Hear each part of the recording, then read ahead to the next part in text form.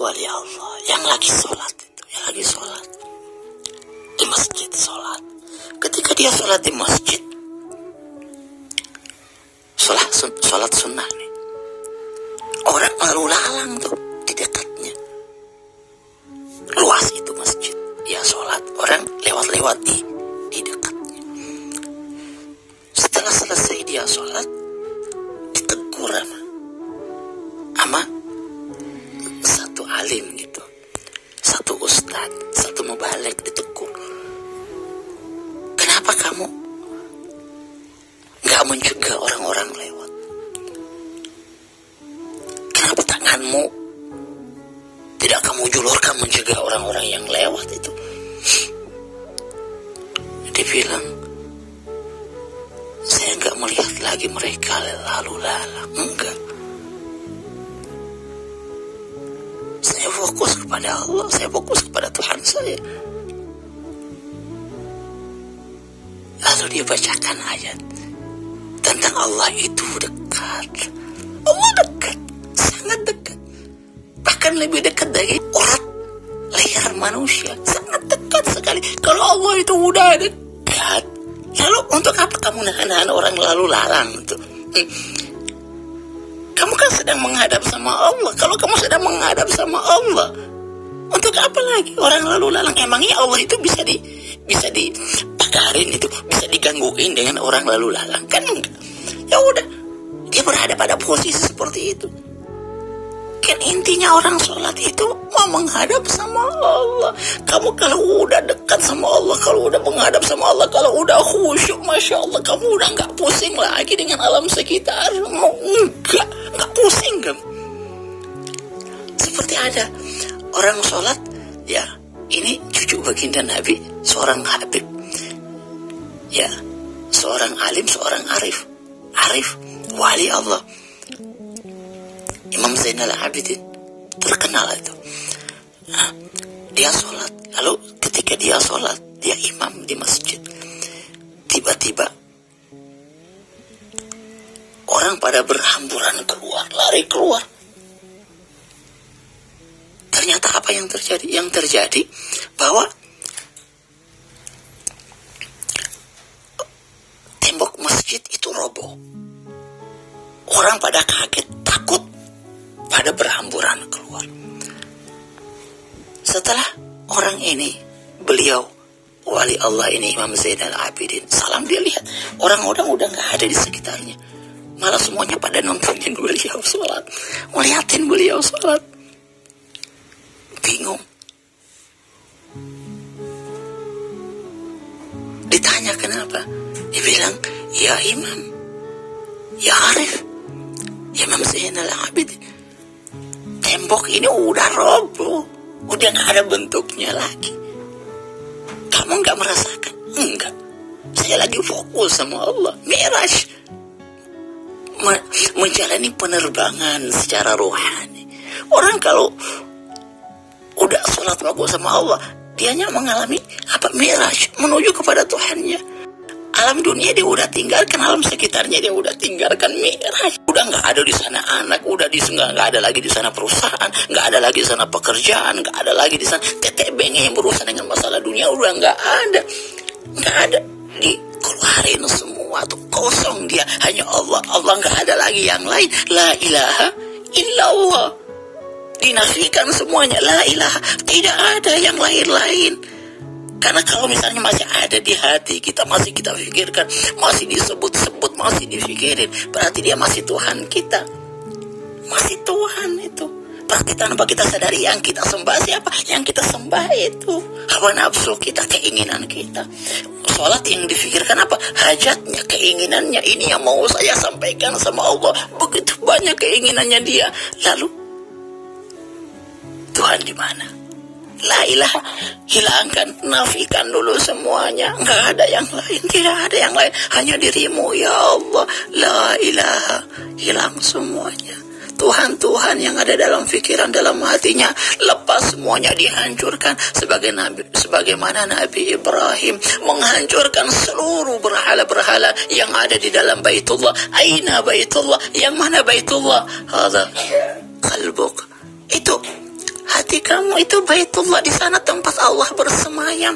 Lalu ternyata di dalam Baitullah terlalu banyak berhala-berhala yang tinggal di dalamnya. Ada anakmu, istrimu, keluargamu, ada macam-macam di sananya, pekerjaan, semuanya ada. Dipikirin bagaimana kamu bisa khusyuk. Biar kamu pelatihan jungkir balik, ikut pelatihan sebanyak apapun juga, selama masih ada selain Allah di dalamnya, pelatihan sia-sia.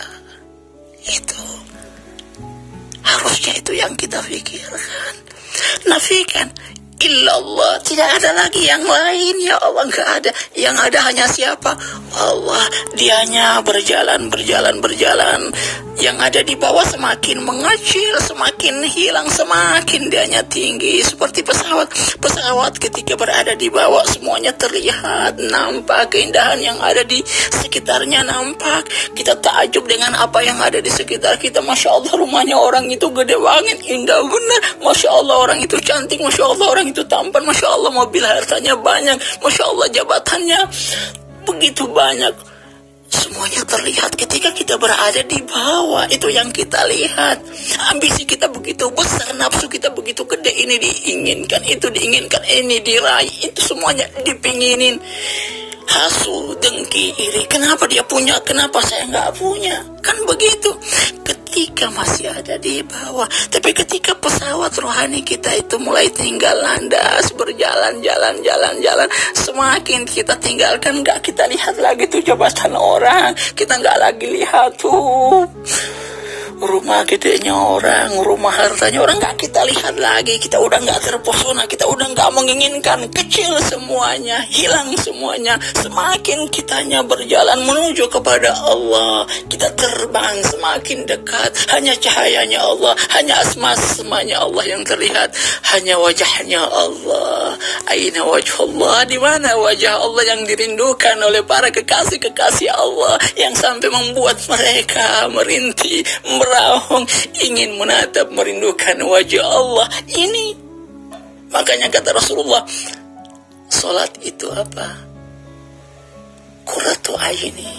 Salat itu dambaan hatiku. Kalau aku susah, kalau aku menderita, banyak masalah, kemana aku lari? Ke salat. Kenapa ke dalam salat? Karena di dalam salat itu aku merasakan kedamaian, aku merasakan wajah Allah di sana, aku merasa ketemu dengan Allah, aku mi'raj, aku tinggalkan seluruh masalah-masalah yang ada di alam dunia ini, nggak terlihat lagi semuanya, nggak dirasakan. Kalau kita enggak, kita lari ke dalam sholat dengan masalah kita, kan begitu. Kenapa kamu rajin sholat? Karena saya banyak disakitin, karena saya pingin kaya. Kenapa rajin sholat duha? Waduh, karena saya miskin.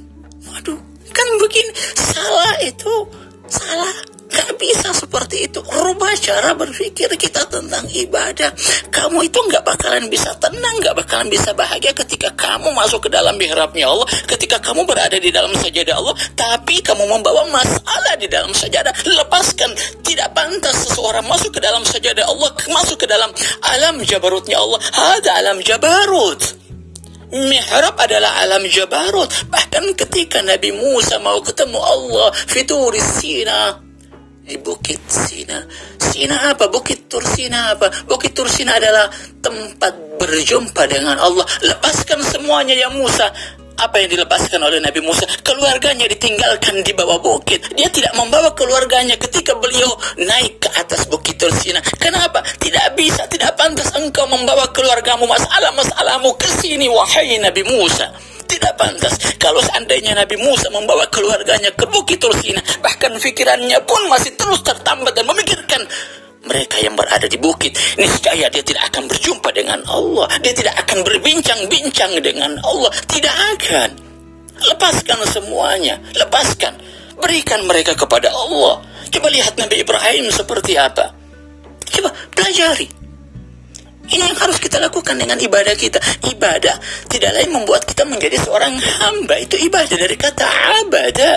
Ya'budu, ketika engkau menyembah, iyyaka na'budu, hanya engkau yang kami sembah ya Allah. Artinya apa? Kalau hanya Allah yang engkau sembah, engkau tidak punya keinginan apa-apa selain Tuhanmu. Penyembahan tidak lain adalah ketundukanmu secara fikir, secara zahir, secara lahiriah, seluruh zahir dan batinmu engkau serahkan hanya kepada Allah. Itu iyyaka na'budu. Itu iyyaka nasta'in. Nanti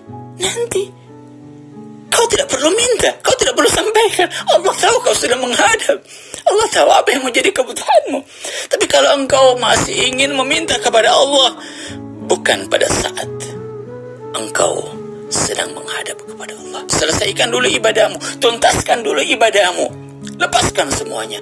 Nanti setelah itu ketika Allah katakan, aku terima kedatanganmu, engkau telah berada di sisiku, sekarang minta apa yang menjadi keinginanmu. Is'al, minta apa yang menjadi keinginanmu. Nanti Allah suruh baru minta. Kalau nggak disuruh ya jangan minta. Itu Galil Adam namanya. Kan begitu. Masuk ke dalam rumahnya orang, masuk ke dalam rumahnya orang langsung nunjukin saya mau ini, saya mau itu. Aduh, nggak pantas. Kan begitu. Oke, saya rasa demikian. Wabillahi taufiq wal hidayah. Wassalamualaikum warahmatullahi wabarakatuh.